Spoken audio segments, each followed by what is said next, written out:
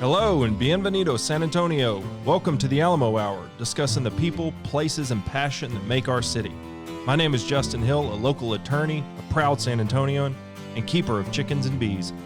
On the Alamo Hour, you'll get to hear from the people that make San Antonio great and unique and the best kept secret in Texas. We're glad that you're here. All right, welcome to episode 20 of the Alamo Hour. Today's guest is Ryan Pape. Ryan serves as XPEL Inc's chairman, president, and CEO, and he previously served in multiple different capacities within the organization before taking it over, which was at the time kind of a sinking ship. Fair? Yeah, I would say so. Yeah. We'll get into that a little bit more. You're also involved in the Witte. You've got two kids. You and your wife live in San Antonio within the Loop. Correct. And one of my oldest San Antonio friends, actually. Yeah, we go way back now. 08, I think. 08? Yeah. That's, by my math, over 10 years. That's a long time. It is. And you were my neighbor's friend who I met through them. And I actually went back the other day to see if one of my other neighbors who lived across from them was still alive. And he was. Oh. Him and his wife. Well, that's good. Still there. Very old, very poor health, and very happy to see me. Good. Ryan, you've listened to a few of these, so we're going to go through sort of a top 10, but I've decided it has to be a top 10 in 10 because I had a previous guest who went really, really long on one single question and kind of changed. But maybe that was the best part of the whole show. It just wasn't. Oh, okay. It objectively was not. Okay, when and why did you move to San Antonio? 1993. At the time, SBC, which became AT&T, relocated to San Antonio. My dad worked for him, so we moved from St. Louis. He was a pilot, right? He was, yeah. He was a pilot, since retired, but that brought us here. Have you lived here straight since? You went to UT, right? Went to UT, moved back after that. So, yeah, with the exception of UT, been here the whole time. And what parts of town have you lived in? You've lived in the 09 area since I've known you. Yeah, so live there now. Was up in Stone Oak from kind of that 93 on to going to UT. Back when there was nothing. I was about to say more country back then. Yeah, I think I remember the last stoplight was maybe like 281 in Brook Hollow, and maybe there was a stop sign at 281 and 1604 and then on. Okay. So, yeah, it's a lot different. Were you outside 1604 then? Outside 1604. Okay. Yep, kind of Stone Oak and Hebner. Back when I remember there was a gas station there. I remember when that was built. Was it a gated community? It was a gated community. Because it's only gated communities. I think that's your only choice, right? I don't understand it though. Like you're already in Stone Oak. You need safety, right? Yeah. I don't know. I don't live in a gated community now, and I feel perfectly safe. I have a gate on my driveway. Does that make me a gated community? You're more gated than most people. So. All right. This is kind of a amorphous question now, or changed question because of what's going on. And you also have you're a faster. Yes.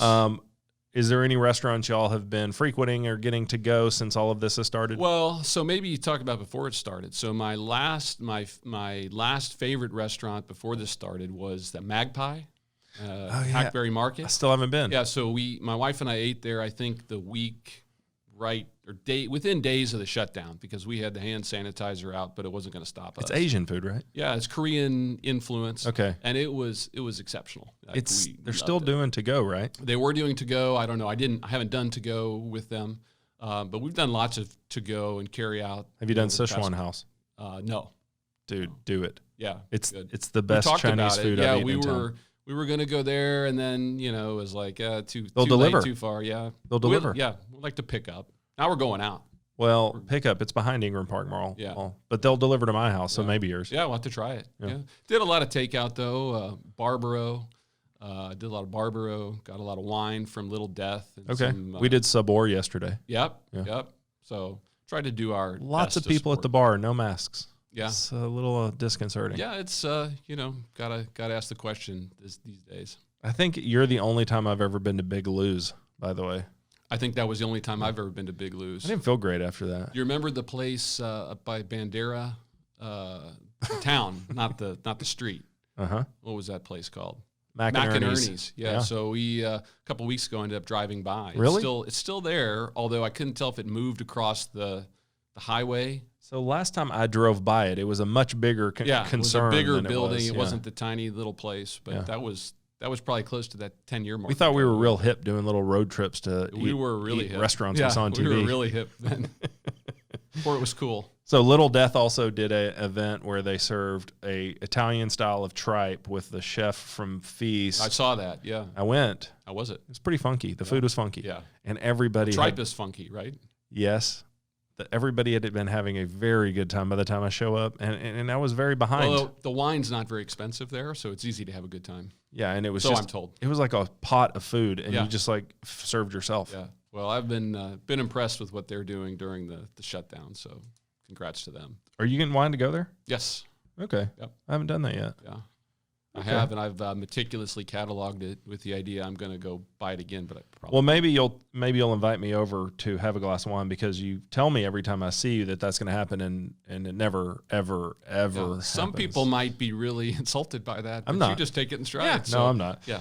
There's lots of people that see me and they're like, we should hang out, and then clearly they look at their wife or significant other and is like, we're not calling that guy. Yeah, I actually mean it. May not show it, but I do mean it. All right, favorite hidden gems in San Antonio, where you tell people when they come to San Antonio, okay, you've seen the Alamo, blah, blah, but go check out this stuff. Well, it's hard to call it a hidden gem, but I really go for the Mission Reach on San Antonio. I think that's fair. And probably more people from out of town see it than people who live here. So I think I end up talking about that hidden gem a lot. They extended it 4 miles, I think. Yeah, cycle on that a lot. I forget which road it goes down to. And then the golf course across the street, you can actually keep going after that down to Medina River. And I think it's amazing. I mean, you've got nature, you've got history, you're outside.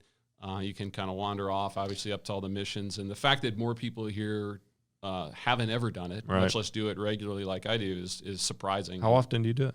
Probably once a week at minimum. No joke. Yeah, I'm really cycling a lot there, and then the Greenway trails. Who are you riding Salado with? Creek, myself. What kind of bike? I have a couple Trek bikes. I mean, are you clipping in and road biking the trail? Okay. I didn't start that way, but I do now. It's very aggressive for that trail, I think. I mean, are people just like horrified as you like head towards them? No, I have a bell. I call out. I try to be a good. I'd like to go ride it with you. I'll do it with you. I mean, I can't keep up with you probably. Well, we'll do it a few times and you'll be able to. You're very aerodynamic these days. These days, yeah. I can get you in fighting shape, but I ride on a trainer every morning. No, then I clip in. Then you're good. Yeah, I'll do it. It's anytime. still hard for me to unclip even from the trainer. Yeah. I did hear the Pearl one time as a hidden gem, and I wanted to like gong him on that, but I let it go. No, it's not. I wouldn't call that a hidden gem. Okay, are you still involved with the Witte? No, I rolled off the board at the Witte. Still very much a fan of the Witte, actually helping now with the game dinner. Okay. So you've been to the game dinner. It's probably one of the best events in San Antonio. 50th anniversary this year. Wow. October 19th, I think. Tough year, but it's going to be a really big event. Some changes for, the COVID situation. Is it planning on moving forward? Yeah. Okay. Absolutely. Yeah. At the Witte? At the Witte, fewer people. It got to be a really big event. I think 1,500 people maybe. So it's going to be a little bit smaller. Which means ticket prices up. Ticket prices up as it should be. And is XPEL sponsoring? Yeah, we will. Okay. Yeah, for sure. And we're actively, looking for people that want tables and sponsorships. How much are tables? They range, I think. From to? Yeah, 5,000. I mean, not the top normally ones. 5,000, 10,000. I think we maybe have gone up a little bit this year. But it's absolutely one of the best events in town. That's great. And if anyone who hasn't done it, make it this year to do it. It's unique. It's not your typical, seated dinner event in the ballroom somewhere. It's far from it. That's absolutely right. It's really, really, really nice. Are you on the board of any other nonprofits? No, not currently. Taking a break? Well, I've really been focused on two things. One, the company has really been really focused on that with some of the things we've done the past 2 years. And then trying to find the right fit for a nonprofit. You realize that, the nonprofits need different things. Mm-hmm. And how does that really fit with what I'm good at and what I want to do? Right. What you're passionate about. Well, yeah. And I think some of the smaller ones, they need people that are more operationally focused, that they don't have big staffs. Sure. They just literally need help with the day-to-day. And then some need more help, raising money or networking. And I look at, what I think our company should be able to do. And over time, we should be able to support nonprofits and other groups in a really meaningful way. And so, and I look at that and say that really plays to my strengths. So really focused on that, but I'm going to get more involved if I find the right fit, I think is the plan.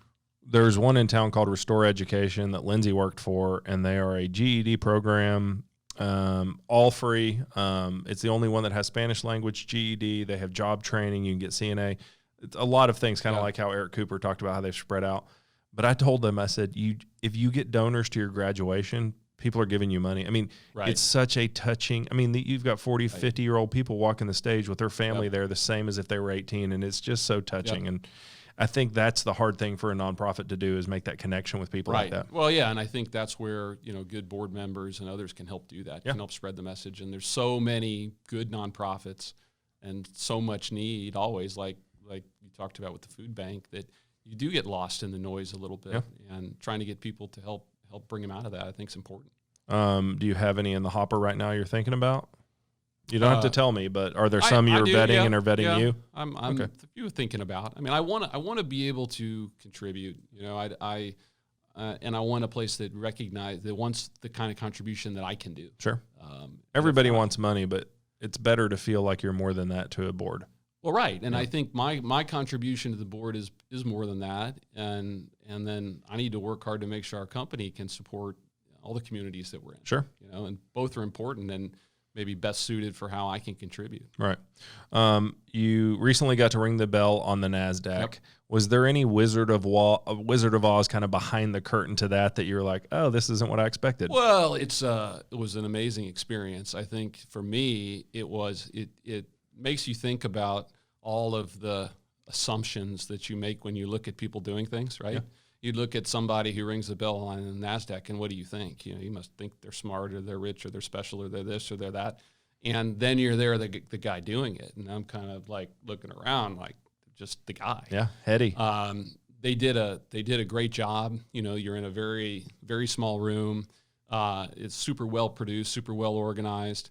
We brought a big group from our team, and what we did really that I think a lot of companies didn't do is really went by tenure with the company. So we brought I would say almost exclusively, or to a point, the people that had been with us the longest time. So that was a really, really cool experience, and I loved doing it. You were in a room, but then do they shuffle you onto the balcony, or what the heck?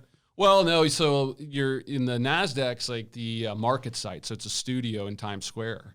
You're thinking maybe NYSE. They've got the outdoor, but it's like a balcony kind of look, isn't it? No. Okay. There's a table with a big screen. Because Nasdaq's all digital, right? There's no trading floor.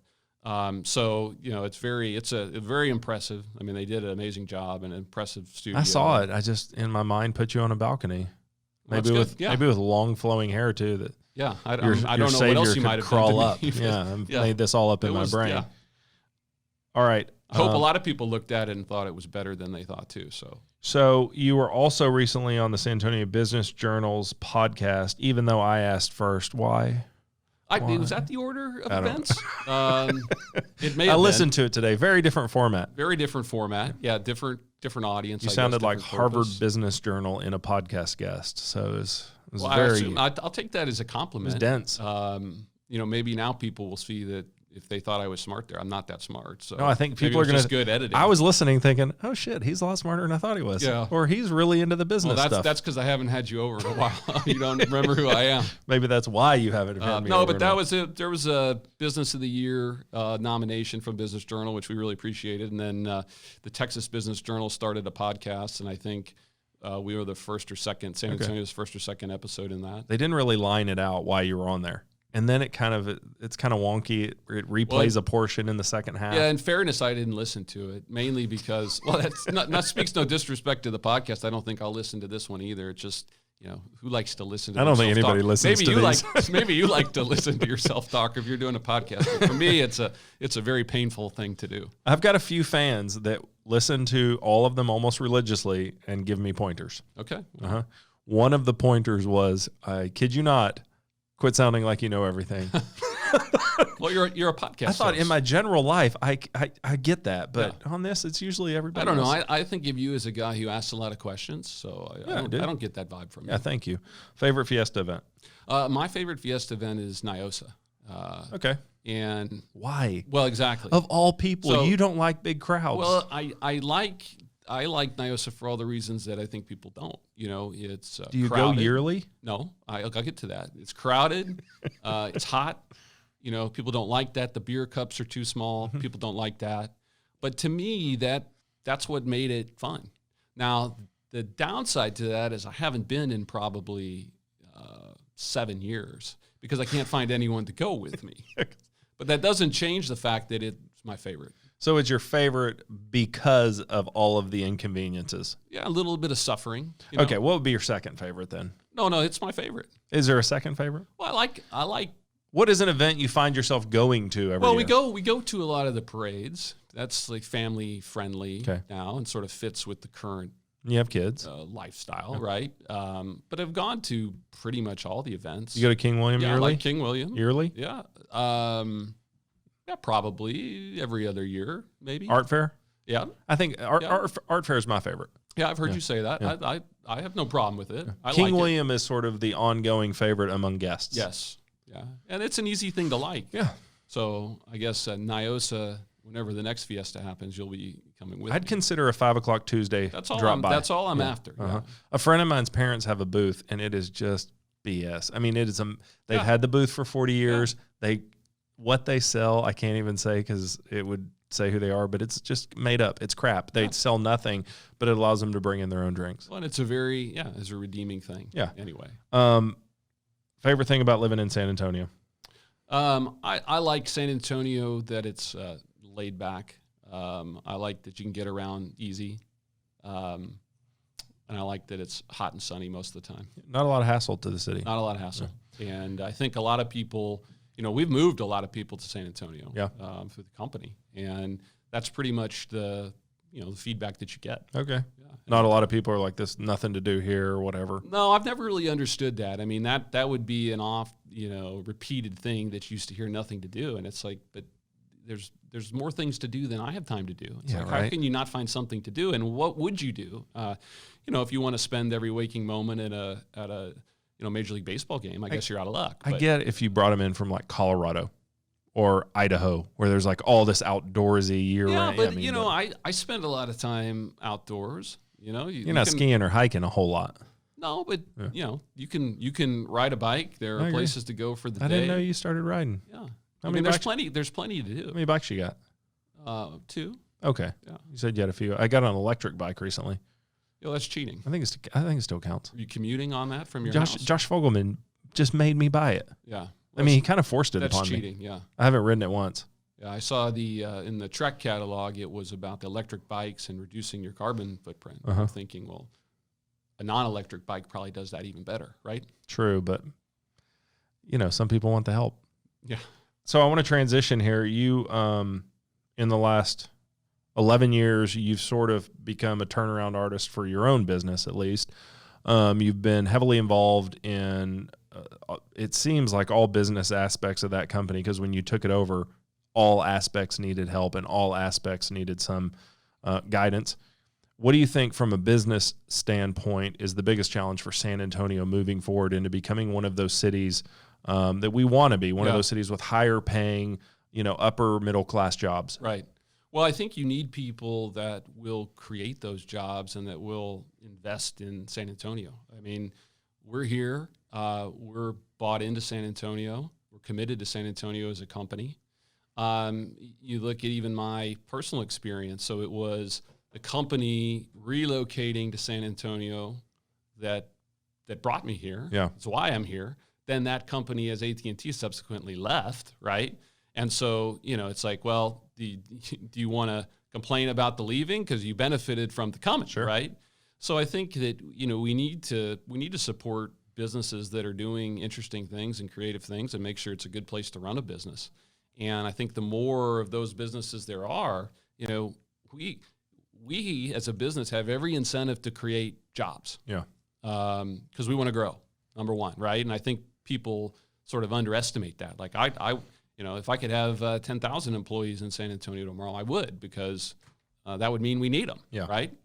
I think that the quality of life focus, I think the city's done a pretty good job on that. I look at just like we were talking about, the investments in the Mission Reach or the Greenway Trails. I mean, these are real quality of life things that have improved in a meaningful way that didn't exist before. And didn't exist at all when I moved here. Didn't exist at all. Yeah. And even I remember when I moved back after college from Austin, it's like I would ride a bike or run around Town Lake, and Austin was known for that. And there was nothing comparable here.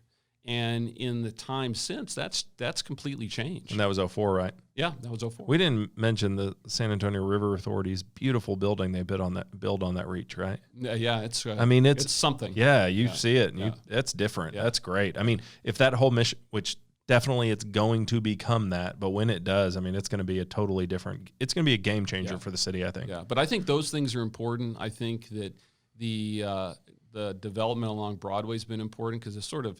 You get a concentration of development and something that people can see when they come in from out of town. It's a place to go or a destination that maybe we didn't have before.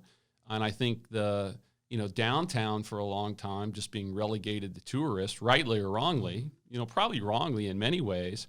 That was sort of a negative to that type of development. So I want to stick back to my question real quick because I want to see what your sort of thoughts are on that. I mean, look, I don't have any friends that are as really immersed in the business community in San Antonio like you are, and you hear things. So, for example, Randall Stevenson of AT&T, when he moved to Dallas, he made this big hay, and I mean, there weren't enough direct international flights was one of his complaints.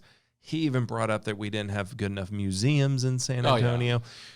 You also hear educated workforce, which that does kind of ring a bell with me. Sure. What are some of those things that you think if the city focused on these few things, we'd be able to attract those higher paying jobs into our communities? Well, I think the workforce development is an interesting one because on the one hand, I think we talk about higher paying jobs or attracting that. It's like, well, what are we saying? Maybe we're saying two things. One, we want the people that are born here, raised here, live here to develop skills and take those jobs, which I think everyone is saying. Yeah. On the other hand, we're also saying we want to make San Antonio an attractive place for people with those skills to relocate to. I mean, I think we're saying both. So when you look at the side on the relocation, it really is a lot of the quality of life issues. And I think we're doing a good job on that. And I think we need to see the city and the county continue to invest in that. There's talk about, for example, even the Greenway trails and things. So we redirect that money here or there, and there's limited funds. And that's a real issue and a real question. But I think those are big ones.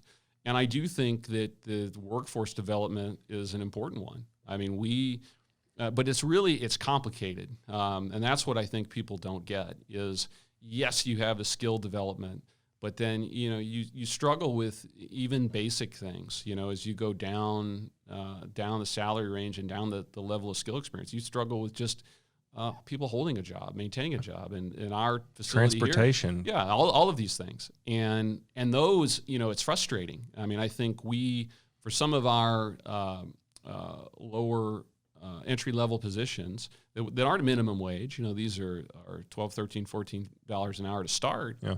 We're never 100% full because you're always churning through people, and that's incredibly frustrating. And so that's not so much a skills gap there as it is things that are just more complex to deal with. Yeah. And I think the skills gap happens later. So, and I've always kind of wondered, some of these cities you've seen that have had this huge boom in technology, or some of these upper middle class jobs, are also cities that have had lots of investment in research and a lot of times government. So I'm hopeful that the new focus in San Antonio on cyber security, which is going to be a lot of government money, will also bring that to kind of create a cottage industry of businesses, which will have those higher paying jobs. No, I agree. I agree. And I think, the San Antonio Economic Development Foundation, they've spent more time on business retention and trying to focus on what are the needs of the businesses that are already here. And I think that's important. But at the same time, I look at it as our business is the reason we're headquartered in San Antonio today is because we're here, we started here, and because I still want it here, And that sounds flippant. I mean, that's the Randall Stevenson argument with AT&T. All those other excuses are just that. I mean, they're just. I think moving it is flippant, though, right? Like moving it for reasons such as museums and things like that upends the lives of so many people. Staying here isn't flippant. Oh, and arguably, it's there's no return for your shareholders to do that either. Yeah, that's right. That's just it was a massive cost. You'll see locally everyone boo-hoos the airport and the flight status, but I'm kind of an aviation enthusiast. And when you look at other similar sized metros, you look at the number of passenger traffic that different metros generate with the same population, some a lot lower. And our service is not bad from that standpoint. And you travel a lot, too. I travel a lot. And, one of the things that San Antonio is great, certainly from where I live and where a lot of people live, is it's so easy to get to the airport. You're in and out. Yeah. For those that have traveled, it's like you live in Denver. You want to go to that airport, once a week? Or live in downtown Houston and you drive over an hour. Absolutely not. And so I don't really believe any of that talk. And I think it's a real simple supply and demand. If you want more flights, you need more people that will fly. Sure. And that means make yourself a better tourist destination, make yourself a better business destination, improve the economics of improve the livelihood of the people that live here, and they'll travel more on vacation. And then the air service development and all the other pieces play a much smaller role. Sure. But one of the things we do in San Antonio for our products is we do training. And we have people in San Antonio who fly in for training. Every week of the year, certainly pre-COVID. Yeah. But they come from all over the country and all over the world. And, no one ever says, I'm not going to get trained on your product because you're in San Antonio and you're not in Dallas or something. It just have one more jump on a flight. More is better. And certainly the other thing I think people forget about is that the air service has developed a lot over the past few years. Yeah. Even in recent time, a lot of really good success there. So I'm not nearly as negative about that. I think you've got to focus on how can you help the people that want to start companies in San Antonio, want to scale their company, because those are the people that are already vested here. And, you look at it now with the COVID, with remote work, is the idea of trying to get these corporate headquarter relocations and things that are always talked about, is that really the model going forward? No, I think maybe make San Antonio a place people want to live. And, if you're the remote worker for Twitter in San Francisco now who can work remotely going forward, and you say, maybe I don't want to live in such a high cost area. If San Antonio is a good place to live, good quality of life, good cost of living, we're going to net attract those people who now have more mobility. And what we need there is just incredibly high-speed internet available to everybody, and all of a sudden there's nothing holding it back. Right. Yeah, I think I think that macro trend now, whatever happens, is a net positive for places like San Antonio, period. Do you think that there will just be this complete collapse of commercial real estate? I don't think so. I can only give you my personal opinion. So I read an article that said that a lot of the technology companies before COVID were actually going back to working together. So the article's thesis, if you will, was basically whatever happens, technology companies had already decided that integrated, workplaces where they're working hand in hand was what they wanted to do. Right. So it sort of said the people who were going to be coming back into the commercial real estate space, they'll sort of make up for the others. Whether that stands to be true or not. I don't know. My personal experience is that prior to the shutdowns and shelter in place with COVID, I was very much opposed to any type of remote work. And I think a lot of us were. Yeah. And we were forced into it. And, throughout the first couple weeks, it was sort of like, wow, this is working better than we thought. And I surely would say it worked better than I thought. And really, I think that's continued. And so, we've already made a couple remote hires that we wouldn't have made otherwise just during this time. I think, though, that sentiment may have peaked a little bit. Right. And now we have more people on the team sort of missing the day-to-day interaction because we've kept our HQ staff all remote. So I think, for us, I think it doesn't collapse our commercial office space need, but it might reduce it. Yeah. I know you've talked about real estate and your own offices, spaces, and space needs. Julian Castro had a big push about moving people back downtown. Have y'all considered moving downtown? What do you think the benefits and drawbacks are? The funniest part about that is, we were very active on a building that was downtown that was a redevelopment. And I thought it was awesome. I thought it was really cool. I really wanted to do it. Yeah.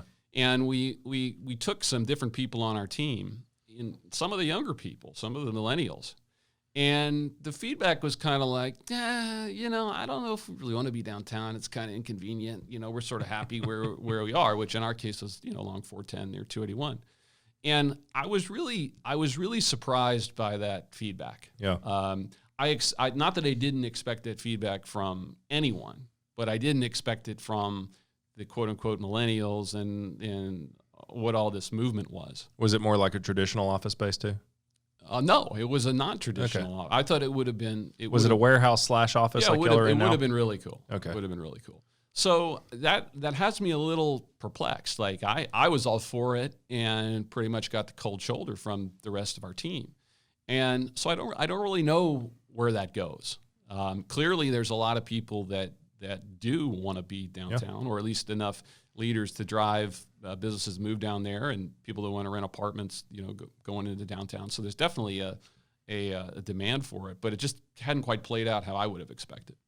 Yeah, I mean, you look at Houston, and at 6 o'clock, Houston is tumbleweeds. Yeah. We have the tourism that keeps people there all the time. Right. It'd be great to have the businesses that keeps people living there too. Yeah, I mean, it couldn't be more night and day different. People look at the Houston downtown and say, "Oh, look at all the tall buildings on this." But I'll always remember going there for a wedding, and I think my wife was in the bridal party, and I had nothing to do all day. And I said, "Oh, I'll just walk out of the hotel and go get lunch on a Saturday afternoon." And this was probably 7-8 years ago. There's no place open, and it was dangerous. It was a ghost town. I mean, you couldn't even eat. So, yeah, I think San Antonio certainly has an advantage that way. I think that trend continues. I don't know that my experience is representative of that, but it's pretty surprising. Houston's gotten a lot better, especially around the ballpark and all that. Yeah. But I think it's I'm not going to say a failure, but it's an opportunity for San Antonio to start bringing businesses back downtown. And I mean, you got to think it only requires one big anchor. I mean, Valero obviously isn't moving, but some business with that sort of gravitas. USA has a bigger presence that's huge now. Downtown. Yeah, mm-hmm. So I thought that was a really big move. And then, is there a way to even in the core of downtown, even in the Riverwalk area, is there a way to make that even more appealing to locals? You look at the mix of restaurants or what type of incentives and things could be done to do that, because I think that there's still a little bit of that divide. It's like, okay, I'll go downtown now. I'll stay in Houston Street, but I'm not going down to the Riverwalk. It's like, that doesn't really make a lot of sense. Well, I mean, I had a bad experience downtown about a year ago. So, I mean, it still has its portions you don't want to go to, but the parts that are good are kind of good all the time. Right. Yeah. And I have a lot more friends now that are moving downtown, which maybe that's indicative of what's going to be happening down there eventually. Part of what I wanted to talk to you about was sort of what you see with San Antonio anyway. That's why we're going here. But you're the chairman and president and CEO of XPEL. What is the difference between president and chairman and CEO? Well, so there's really not a lot of difference. Chairman's the board, right? Chairman's the board, right? So the board, needs to have a chairman who leads the board as a non-independent director, because I work for the company. President, I think, is really the office that exists under Nevada law, where we're incorporated. Oh, okay. And CEO is sort of a ceremonial title. Okay. And you see some companies separate the two. I've never understood that. Still don't, and I don't think we'll be doing that. All right.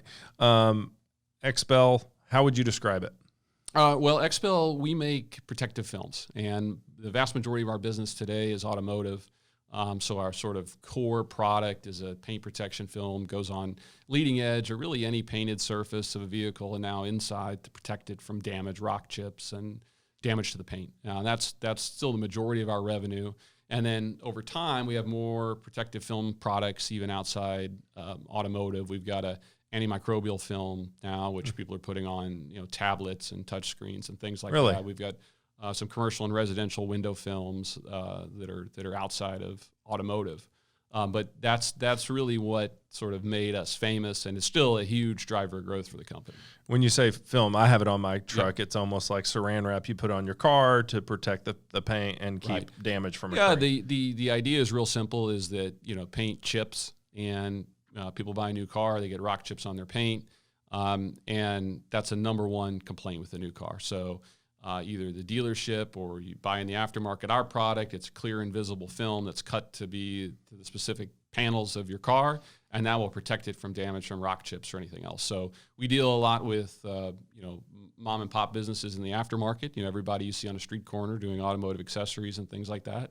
And then we deal with dealerships who might sell the product. We deal with some OEMs, kind of at the factory level, but that's all around that concept. So last time I talked to you, the biggest kind of drivers of your business was selling the film, selling the software, and doing the training. Yeah. I mean, we make all of our revenue really from selling the film. I mean, that's the product that goes on the car. There's all sorts of things you need to have a business doing that. We've got a software that we generate a little bit of revenue from, but it's really designed to cut the film. So we have patterns that cut the film to aid the application. The training, as I mentioned, this is a tech level skill. Yeah. So you talk about workforce development, right? Sure. This is a perfect example of something that's emerging that people could be trained to do. And so training is very important. And then we do lots of marketing, lead generation for our independent dealer network. But all of those things are kind of all around the product itself, which is the film that we sell that people ultimately get on their cars. But for the most part, XPEL is not the company that's putting the film on cars. No, we do a little bit. We've got 9 locations where we actually install it globally. But we've got thousands of independent dealers of the product and dealerships who are the ones installing it. Okay, like if I go into a body shop, they've got a million different brands of a million different products, and XPEL would be one of the products that they might be selling and training to handle. I mean, the example people probably see most often is you buy a new car at a dealership. Maybe the dealership is offering our product, saying, "Hey, do you want to protect the paint on the car?" And for those listening, you need to seek out our product, which is an actual film. It's a real tangible product. Don't be taken by a lot of waxes and other liquids that don't do a lot. And then the dealership might install it with their own people, or they'll use our other customers in the aftermarket to do it, put it on your new car before you take possession of it. And y'all do installation in San Antonio? We do here. For regular anybody? Yeah, we do retail and wholesale. Okay. And we've always wanted to be involved in the installation of the product because it really keeps our fingers on the pulse of the business. That's what we're teaching people to do. That's what our customers do for a living. So it's an important part of our business for us. So if any of my listeners are listening, my own personal, not Ryan's advice is the price was very, very different between the dealership and what y'all quoted me. So maybe consider not the dealership. Ryan would not condone anything like this. I have no advice on that. We love all of our customers. It was very different. And mine's still on. I still have the same truck because I'm cheap and works great. Yep. Still on. Let's talk a little bit about sort of what your role was with XPEL. Whenever you and I met, I think you were an IT guy for XPEL. Yeah. So the history of the company, it started in the late 90s. And it was going to be a software company. And we talked about, you brought up the software and patterns. But the idea there is that you've got this film, and how do you get this big roll of film on the front of a car? So it was going to be a software company specifically related to the film. Specifically related to that. And it that's the founders started it that way. And it got some traction, but it was clear nobody knew about the film. The film wasn't any good. There was no one to install the film. There was no market. So you'd solved one part of the equation, but left the more important parts undone. So I ended up doing work for the company before I became an employee, probably around 2005. I joined the company, and it was going to be a software company. And so I was there to run the development of that software. And I did that for a number of years, and then different management changes, different changes happened over time, and the company got a little traction, but not a whole lot. Yeah. And the point was you were an IT guy. Yeah. You're supposed to draw the conclusions, not me. That's your job. You're like, I was an IT guy, got some traction, then not. So I think then after a couple management changes, then I moved into operations. The company grew, and there was a point in time where really the strategy of the company did shift, and it said, we're not going to be just about the software. We need to be about the product, which is this paint protection film and everything that goes with it. Did you leave at one point? Yeah, so that was around 2007. Okay. Which was, so that was, fundamentally a good strategy shift. Need to be about the product. Like we said, we make money selling the product. But of course, then that was also 2007, 2008, which was a horrible time for the automotive business, horrible time for business in general. Yeah. There was some other management changes, and inevitably I left in the summer of 2008. Okay. And then ended up coming back to be the CEO in February 2009. So it was kind of a relatively small. If I recall, you'd work there. I mean, we were friends then, so you'd work there, and then maybe you were a consultant. Yeah. I stayed on as a consultant for the company, but left to go do other things. And really, I think by 2009, they were just desperate. They said, what kind of sucker can we find to do this? Yeah. The company was insolvent. Had a series of losses, and you're just exiting the worst economic cycle and the worst time for the car business in 20 years. So when you took over, of course, I have a neighbor who's becoming a CEO of a publicly traded company, and so I look into it, and it was trading at 1 or 2 cents a share. Yeah, in Canada, that's right. And you were very candid about we are broke. I mean. It was no secret. I mean, all you had to do was download the financials. You see. I mean, we have.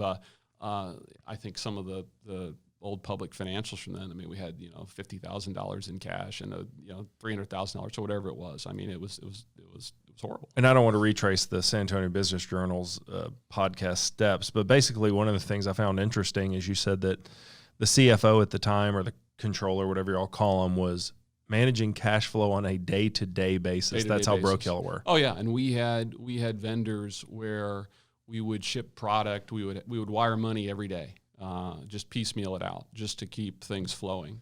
But that's a testament to just really hard work and stick-to-itiveness. Yeah. I mean, at that time, I mean, so that year we sold off part of the company. So maybe after we did that, it was $4 million in revenue, the company, and we did $130 million last year. So great. And and that, to me, I feel like we're just getting started today, almost as much as I did then, in terms of what the future has for us. Well, let's sort of talk about that. So you took over. The shares are barely trading. I couldn't even buy shares. I mean, that's how bad it was. It was traded in Canada at the time on the TSX, Toronto Stock Exchange Venture. Yeah, very difficult for anyone to buy here. Yeah. Yeah. You personally had to pay off a settlement, essentially, because y'all were getting sued because you weren't satisfying a sponsorship agreement. Yeah, no, our CFO and me, we would plop down the credit card and just float the company. And you look at that. I remember my wife. I mean, she just thought I was just an idiot. You shouldn't have to do that. And it's like, well, you think this has promise. You can either let it go and flush it down the toilet, or you do what you have to do. I mean, now it seems like a pretty easy decision. Yeah. But even at the time, I don't know that we fretted about it. We said we need to do it. And we knew enough to know that the trend was in the right direction and that more than likely you get paid back. It was not that hard. I mean, my firm revenue is definitely not $131 million.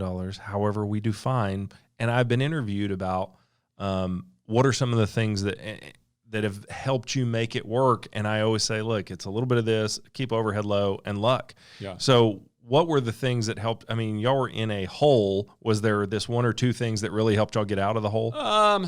No, I would say, luck plays a part. Sure. I mean, it plays a big part in all of it. And in spite of our missteps, we stepped into a time where the product we were selling began to be well received. We ended up with some good product developments at the right time that let us take market share from others, even while the market was very small. So that was part luck, part operation. And the economy started to pick up. But I think everybody working there was humble and said, there's no money to pay you more. So you're either going to work for what you got and we build it, or not. And I think especially as a tiny public company like that, the MO is to go and always just raise more money, issue more shares, raise more money, and just dilute. And we kind of looked at it as like, well, why would you do that? I mean, it just doesn't make any sense. Right. But I think if you have a vision and a passion for where it can go, that's number one. Yeah. Aside from being lucky. You talked to the Business Journal podcast about some sort of, I don't remember what you called, sort of key universal thoughts on how to have a successful business. What are some of those universals to you in terms of no matter what your business is, what industry you're in, here's what you really need to focus on to be successful? Well, I think what we talked about there, which I still believe, is cash flow. Okay. People look at an income statement or profit and loss as the health of a business, but it's the cash flow. I agree. You can on the books you can lose money, you can make money, and survive either way. But if you run out of cash, and you lose, and your cash flow is negative and negative, you will eventually go out of business. And I think that's probably the most important thing for people to focus on, particularly if you're in a business that has inventory, has cost of goods. We could easily put every dollar we generate back into more inventory, and then that's cash you don't have. Yeah. And a lot of businesses could, and a lot of them it's even harder for them to deal with than us. So I think that's number one. I think our team's been humble, and I think that's been a really big driver of our core values. And I think the fact that we were a public company, even in those early days, actually helped do it. Because I was the CEO then. I was just like I'm the CEO now. Yeah. But it's not my company. I'm just the current steward of it. Yeah. And I think that when you look at businesses, really small ones or even bigger ones, and you've got an owner, and you say, "Hey, we talked to the boss. We've got that big marketing budget increase next year planned." Yeah. Oh, a week later, boss comes back and says, "Yeah, no, we're not going to be able to do that." Oh, you got it. But got to do what we do and move on. Well, then the boss shows up with a new truck and a new boat, and he said, "Oh, okay, it's his company, right?" Yeah. But he just decided to put the money here instead of reinvest it. Well, we never had that problem. I mean, we have to grow, right. Had to grow, have to reinvest the profits to grow. And I think that's been good for the culture. And, people talk back to your earlier conversations about San Antonio, about relocating, or, we had no problem getting people to move to San Antonio. You hear people talk about challenges in doing that. But I think it's because they had a cause and an organization and something to be passionate about. Yeah. Like certain people who that was of interest to, it really spoke to them. Said, "I go work for that company and work in that field." Awesome. Do you think it's been helpful being a publicly traded company that your financials are public data that your employees can look, and when you say, "Hey guys, we're having a problem," they can look and see the financials? Yeah, that without support question. That. Without question. And I think and then you talk about going back to the cash flow. To have a conversation with someone that says, "Hey, in this month, we made this profit, but our cash flow was negative," and it blows people's mind. It's like, well, we bought fixed assets, we bought inventory, we didn't collect our receivables, we had to pay vendors or whatever it was.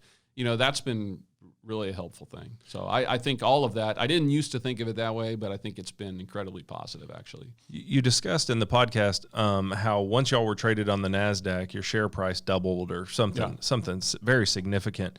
Is that because the Nasdaq provides y'all a certain level of credibility, or is it because you're now being purchased by large institutional investors? Well, I think it's multiple things. Okay. I mean, first and foremost, we've continued to have really good financial performance. Sure. I think we've just done a good job. And so we saw the benefit of that even before we moved from Canada to the Nasdaq.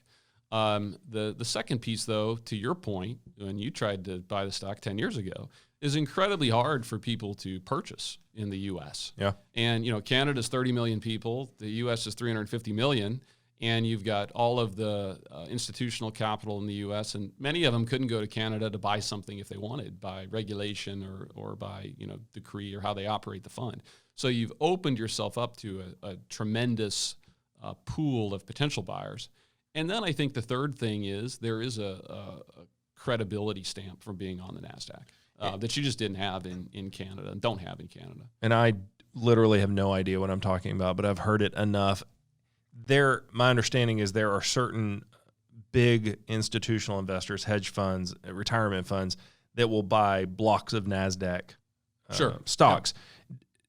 Y'all are now part of the Nasdaq. Yeah. Is that driving some amount of the share price going up? Is that just meaning your stock is traded more? I think there's two things. Yeah, I think there is a factor there. What was really unusual about us, you can go look this up about any public company and see, what percentage of the shares outstanding are owned by institutions, funds. That's publicly available? Publicly available, of any type.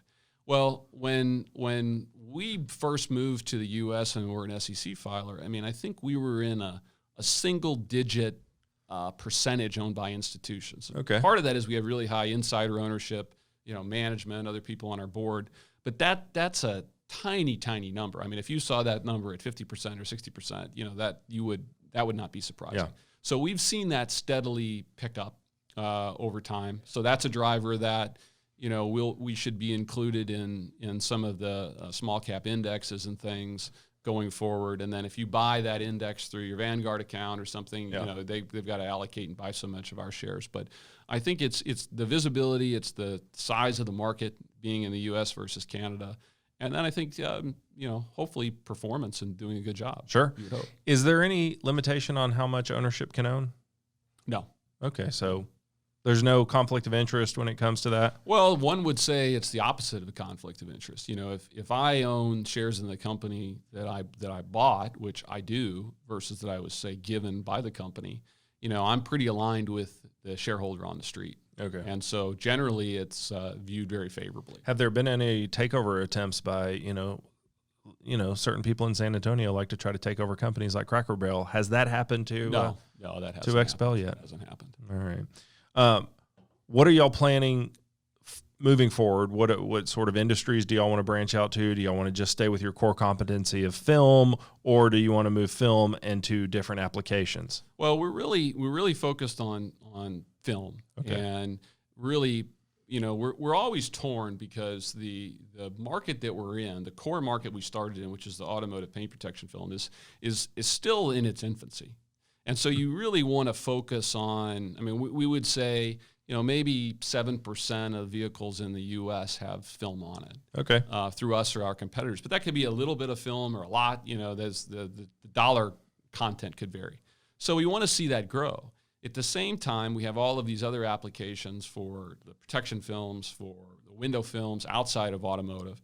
And, that's really part of our long-term vision, is to be about protection and personalization really across verticals. Yeah. But doing that, and I think we've done a pretty good job doing that in a measured way, because we don't want to see the core opportunity, which we really single-handedly created this market, go away.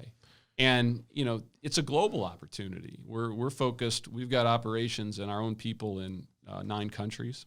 And, we want to be set up in more to really take our message, take our service, our value proposition in country. That's something that is hard to do, but we're good at it, and it is a huge game changer if you can really manage your channel like that.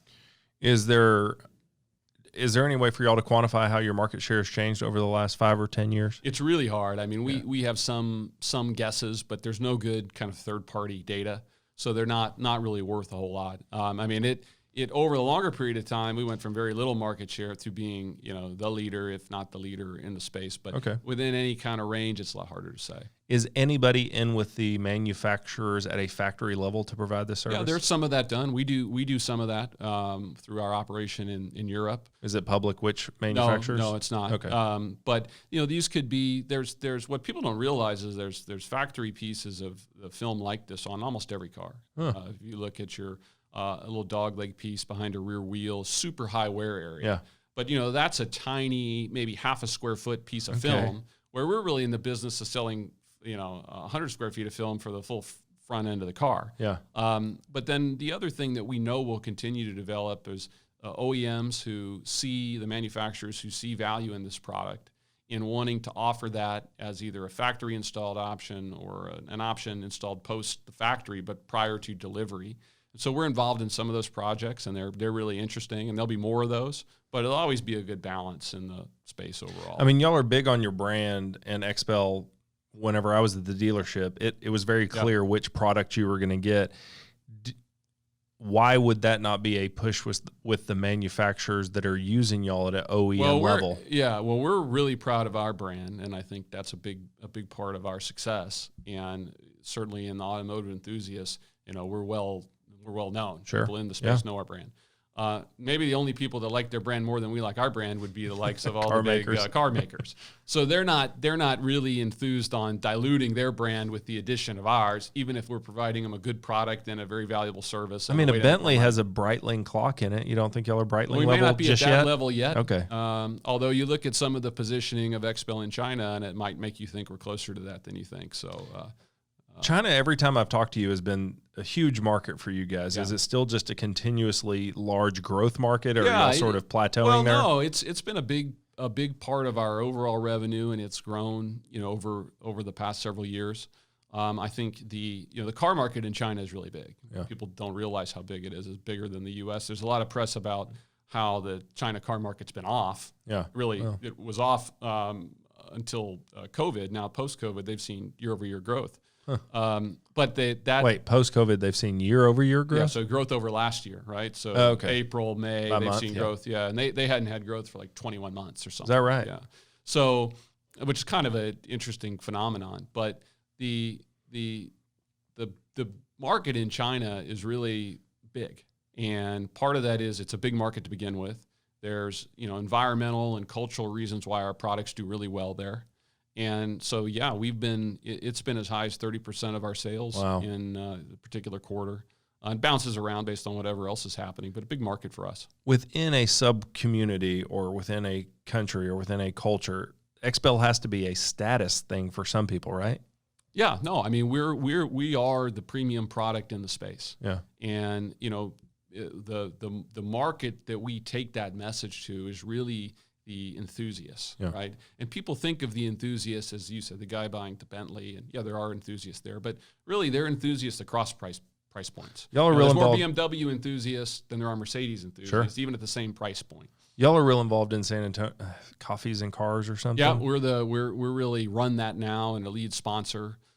We do that here. But I didn't even know what that was. That's car enthusiasts who get together on like a Sunday morning and show off their cars, right? The idea is real simple, and it exists all over the country, is get together, line up your cars in a parking lot, go around, look at them, talk to people, meet people, drink a cup of coffee. And that is, just a core demographic for us. If you would do that, right, you would buy our product. And I looked at pictures. It's not all ultra premium cars. I mean, there's that's GTRs and that's BMWs. What people don't really understand about the car business is there are Toyota enthusiasts, there are Subaru enthusiasts. The Subaru crowd is crazy. Right. Yeah. You don't need to buy. The enthusiast doesn't start at a certain price point. Yeah. There are maybe an overabundance at higher price points, but it doesn't start there.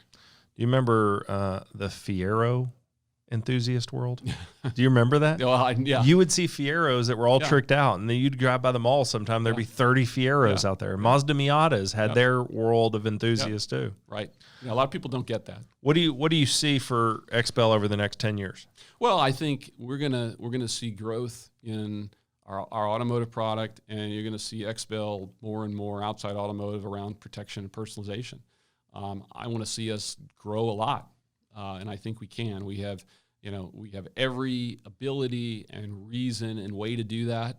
We've been early out of the gate, operating internationally, as a small company. And when I say that, I don't just mean selling. I mean, we have offices, we have boots on the ground. They're our employees in these different countries.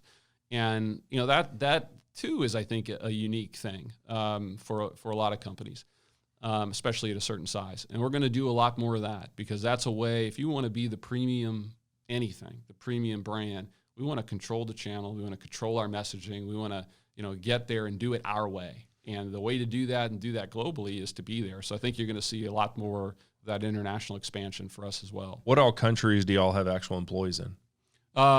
Canada, Mexico, UK, Netherlands, Germany, Taiwan. Probably missing one or two. No China yet? No China, but that's certainly possible. Is that relative to sort of the way their markets are set up? Well, we have in China and in any country where don't have our own presence, we have independent distributors, right, who would buy the product in bulk and then work the channel beneath them. And our distributor in China is really the best distributor in the world. Yeah. I mean, they've done an amazing job. They get the product, they get the market, and it's really hard to find independent distributors. I mean, that's the hardest part going to market internationally, because if you're too specialized, they want to carry competing products. Well, we're not a product to be on a shelf with something else. Right. You need to be dedicated to us. So, I mean, something I've read about China is anytime there's a successful product in the market, there is a copycat product that uses the same brand, the same logo, the same everything. No doubt. Does that happen to you all in China? For sure. Yeah. I mean, we're constantly chasing trademark infringements, copied boxes and things, and not just in China, but then exported from China elsewhere. But that's not an only China scenario. Sure. I mean, we saw a lot of that in the Middle East too. There was a Saudi company who was selling XPEL products. And who tips y'all off on this? These are legit copies of packaging and other things. They do a nice job, but you can't. The information travels instantaneously now. So we'll have a customer that you might say, well, why are you selling this here? You're supposed to sell through me, or this is obviously fake to me, or I know they're not selling it. And, we get that feedback on a daily basis. Is there a way to enforce your brand in some of these countries? Yeah. We've filed trademark litigation, trademark opposition to other marks that have been filed in a bunch of countries. And, relative to China, we've probably done more of that than anywhere. And we've had really good luck. We've been on the right side of the law and the right side of what's right. And the courts and the trademark group, they've really sided with us, and in other places too. It's expensive, it's time consuming, but it's a must. Outside of film and cars and all of that, does XPEL have any sort of specific involvement in the community? I know you and I talked about the food bank. Outside of this, is there anything y'all focus on in terms of the San Antonio community? Well, we've been pretty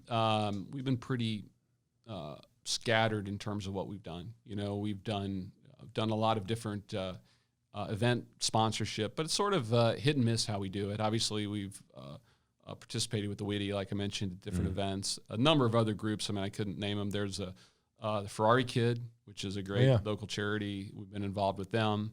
But really, kind of coming through this COVID-19 situation and looking at the impact of that, it's caused me to want to be a lot more intentional about it. Yeah, I agree. And San Antonio is our biggest market by our employees, but we're in all sorts of communities, and we need to make sure that we're doing our part everywhere we can. So we're kind of in the process of revamping how we look at that, trying to be more intentional, and trying to make sure that so long as we can afford it, that participation in the communities we're in scales up with our profits over time is an intentional thing, not sort of a happenstance. Do you have somebody in-house as an employee who's sort of a community relations type person? No, we don't, and we've been talking about that too. How do we? There's part of making it more intentional. A lot of times for things like that, we'd have great ideas from our team. Hey, we should do this, we should do that, and we're moving so fast, growing. It's like, yeah, let's do that. But that doesn't actually mean it's the best thing to do. Sure, it may be just the person who talked the loudest. So trying to be more intentional about that, I think, is number one. And when you do something, go to an event, participate, you're always touched and moved by whatever it is. And there's so many good causes, but we need to be smarter about it, I think. How can people learn more about XPEL? Well, you go to our website, xpel.com, just XPEL. Google us. You can. There are lots of rabid fans who love XPEL. So if you want to see XPEL on any car, any place, you want to see XPEL on a lot of Teslas, Porsches, really cool cars, just Google XPEL, you'll see it, but xpel.com. And you can listen to the San Antonio Business Journal podcast with Ryan talking in code like he's a business book. So that's interesting as well. Successfully debunked that today. Well, Ryan, thanks for doing this. I want to tell you, I brag about you to all of my friends who know anything about business. What you've done is incredible, because I remember we sat down and had beers 10 years ago, and y'all were going bankrupt, and you knew it, and you said, look, it's a hope and a prayer at this point, and now you're ringing the bell on the Nasdaq, and you're a local guy, and you live down the street from me, and I couldn't be more proud of you, and I think what you're doing is great for San Antonio. You're still involved, and you care about our community, so I think it's fantastic. So I do appreciate that. Thanks for coming on the show. I don't know why it took me 25 requests to get you to come on the show, but hey, Madonna's hard to get. Ryan Pape's hard to get. A lot of people that send me text messages feel the same way on a variety of topics, so don't take it too personally.